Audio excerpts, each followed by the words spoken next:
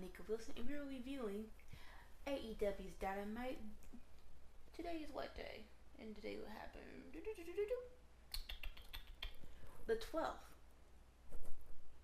of June.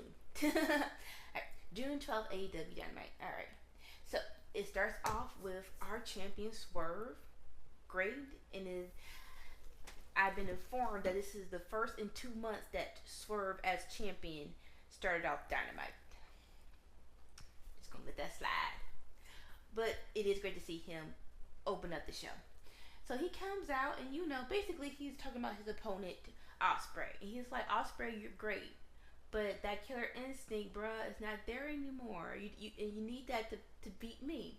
And he's like, but although you are a fighting champion, you fight more than our EVPs. And here comes EVPs.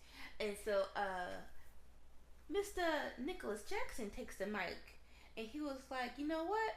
We're going to show how hardcore the elite really are.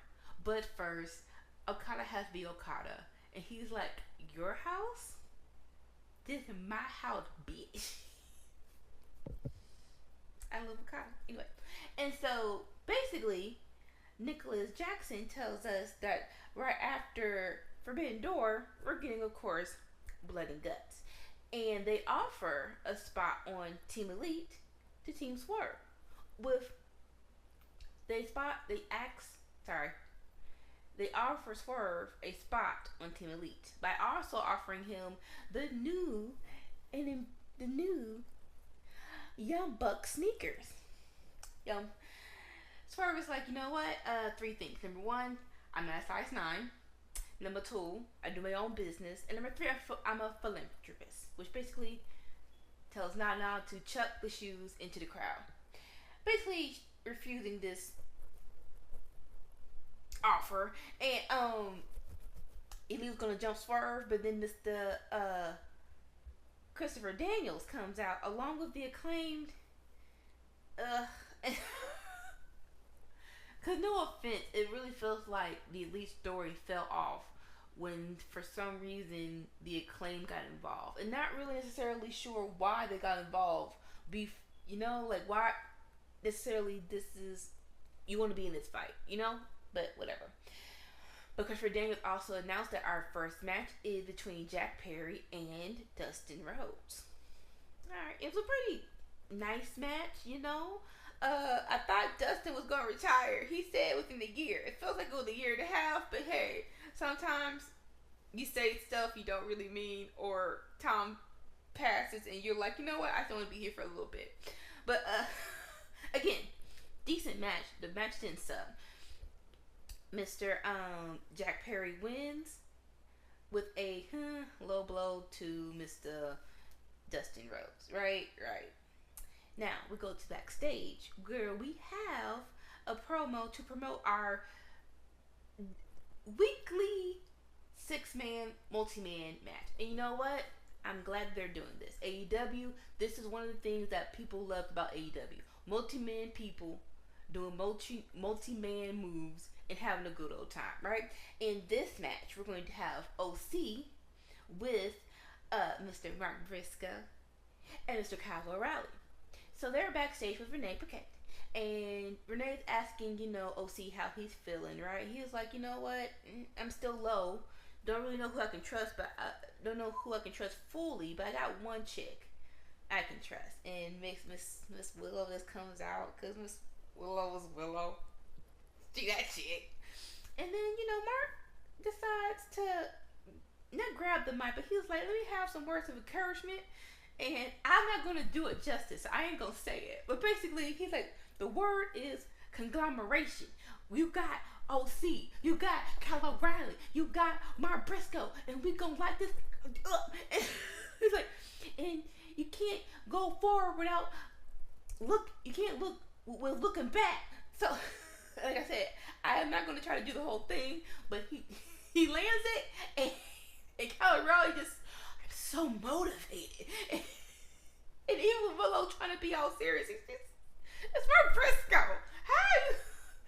OC is the only one who keeps a straight face because he took years of perfecting his craft of not seemingly thinking people thinking that he cares, right? Or anything moves him unless he wants you to know it moves him.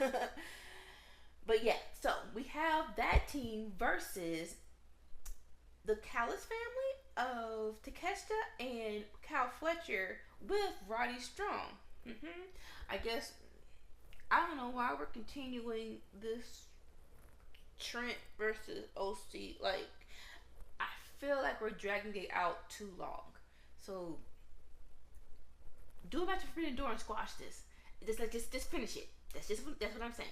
But the match was so good. You know, like I said, top three things that AEW does right. One of them is multi-man matches, and if you want to do one a week, I'm all for that, baby. All right. Cal. So, like I said, a bunch of spots. Not even gonna go all of them. The main one, Mr. Cal Fletcher wants to do a brain buster on the freaking turnbuckle because you a crazy person. It didn't end the match, but Cal Fletcher did get the win. After the match, Trent comes in, wants to beat up OC, blah blah blah blah blah blah. They hit Willow's music, but unfortunately, Statlander got to her first. So Statlander drags Willow out. Stokely, being Stokely, said, "What the? Stop getting in Statlander's business," basically, right? I know, I get why you don't want to put her in a team, but like, just put her with the Callis family. I think I would rather have Statlander with the Callis family than Trent right now. No offense, that's just me. I mean, like right now she's just adjacent, but like, you know, actually do a whole offer, right? All right. So next up, we have Mr. Roosh versus Fake Roosh. His name is Dion Rooshman, but we're gonna call him Fake Roosh, because basically during this match to get unalived by Roosh, and that's what happened. Roosh did his tough wrestler thing and basically got 1, 2, 3, and then he did his foreign heel thing, talking about classic American weak, and then so he starts to continue to beat down, and then Mr. MJF comes out, right? Takes off the new 2002 Triple H jacket with Burberry accents, and again we do another Roosh and MJF brawl, which again is awesome because hey, these two know how to get it on. Pause. It goes into the crowd, it goes behind the scenes, and it's finally broken up by a bunch of wrestlers, and again Christopher Daniels. Thankfully, depends. Cause I wouldn't mind them bringing it back, because it is like, I know people are like, why Roosh for MJF's first feud, but Roosh has that intensity, point blank, period. But this match will happen next week on Dynamite. All right, and then we have Mr. Pac saying he's a bastard, but he feels like a bitch because he's been losing so much, but he's gonna flip it because he's gonna be in the Owen Cup. I like that. And then Shingo Takagi, and he has a nice little video. He's gonna be in the Owen Cup. So they really trying to be like, hey, I know the first 2 years we've been 1 foot in, 1 foot out on this Owen Cup. We're all in, no pun intended, with this tournament this year. This tournament is gonna go up another level. It's gonna mean something, and it already does. Where both winners of both sides gets a world championship title match. Right. Okay, and then we have my favorite group, and I knew it was going to be my favorite group when they were teasing it.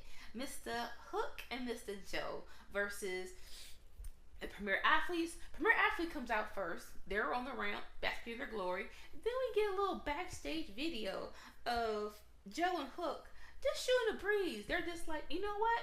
Why does Taz like orange so much? I got it.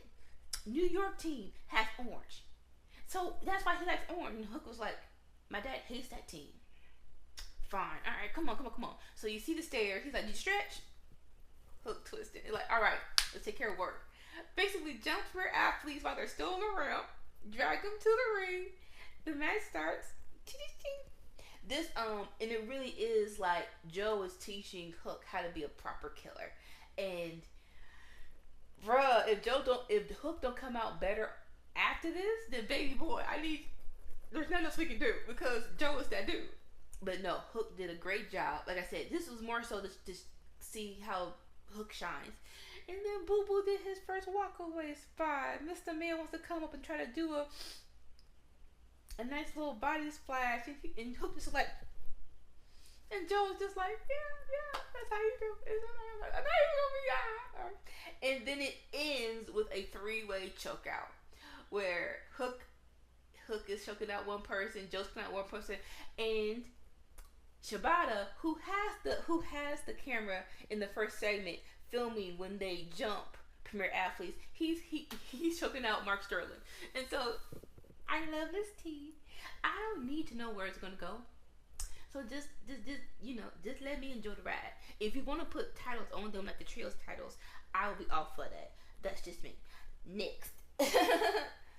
But yeah, like I said, this is good for Hook. This is good for Hook. Next, we have Miss Mercedes Moné, CEO, versus one of her opponent. So I'm not gonna get this. Zuzix, who is the tag team partner of Stephanie, who is challenging Mercedes at Forbidden Door, right? So they have a great match, because who really doubts that Mercedes is not going to do good in the ring, right? If you do, you're stupid. Zuzix actually gets this. You have to see it. Basically, it feels like a backstabber with a flip in the air, but not on her. But it doesn't land. But her knees do not land on Mercedes' back. It lands on her face, and basically it feels like she got shot. But somehow Mercedes survives. She hits her finisher. That's sure what it's called. But basically, only get back flip into a DDT.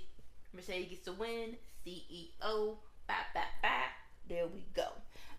All right. Next up, then we have backstage, and then thank God we have a video promo of Toni Storm's opponent from New Japan, who is okay. You know what? Give me a minute. Cause I want to find her name. Mina Shirakawa. There we go. So they actually did a full-on video for all of you knuckleheads saying, "What's the backstory? Why is her and Mariah May friends?" Here it is. Here's their New Japan. Just in case you don't like listening to commentary, which is stupid. This is their whole full history. This is why Mariah May likes her as well as she likes Toni Storm. Fast forward to that video. No, actually, it was a very great video package, and I actually love that for her. Fast forward, we have Toni Storm doing a backstage promo where I believe Mariah May will be in the Owen Cup, and Mariah May will also be hosting a contract signing between Maria and Toni Storm next week on Dynamite. It's gonna be so good. Because we know because Toni Storm is stupid, but Maria, she's stupid too, so we'll see what happens next week. Okay. Next up, we have the Learning Tree. Yay. And so, Big Bill, Brian Keith, and Chris Jericho comes out.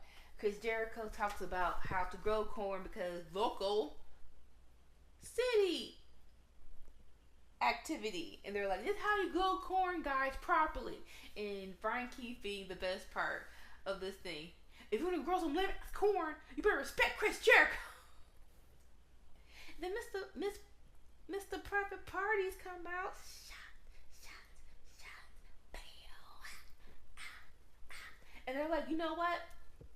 We really want to learn from the Learning Tree. So how about you teach us how to climb the top rope, right? Because you are the Kane Clark of wrestling." I love that dig, because you think you're all that, but you haven't won anything yet. So anyway, so Jericho's like, "I'm gonna do a 3-pointer, guys."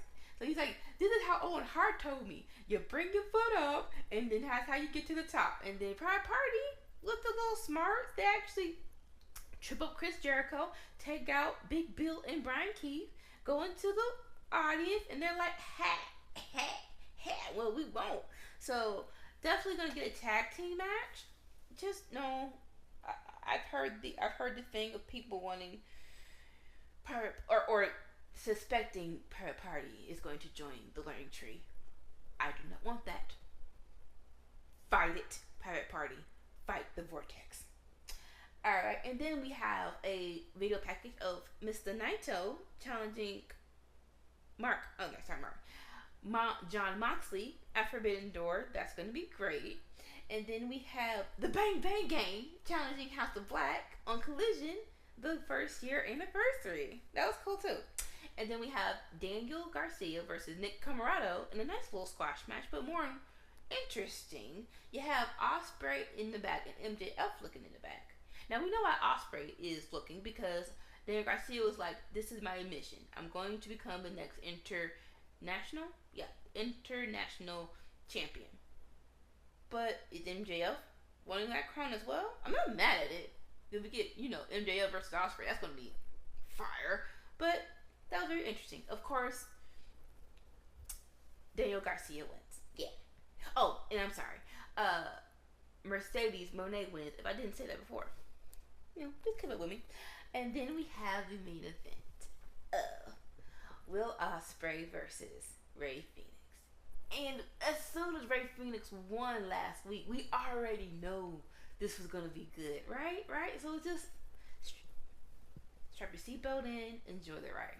Now, Will Ospreay comes out, and he gives the contract to Swerve. It's official. Those two have Forbidden Door. And then we have flippy flips in the best way. Like when you have a sundae, you don't want one scoop of ice cream and just globs of sprinkles. No, 2 scoops with those little sprinkles on the top, and that's what this was the perfect sundae of flips, right? And so, not even going to describe it. You're just gonna have to watch it yourself. But basically, they both try to outdo each other while basically doing Hurricane Ranas and flipping, and the other person is landing while they're getting flipped in the air, basically. But it's worth a watch. Please rewatch it. Ospreay wins because he's Ospreay, right? But it's how he wins is more interesting, because it ends with him looking at Swerve on the top turnbuckle. He's like, whose house? My house.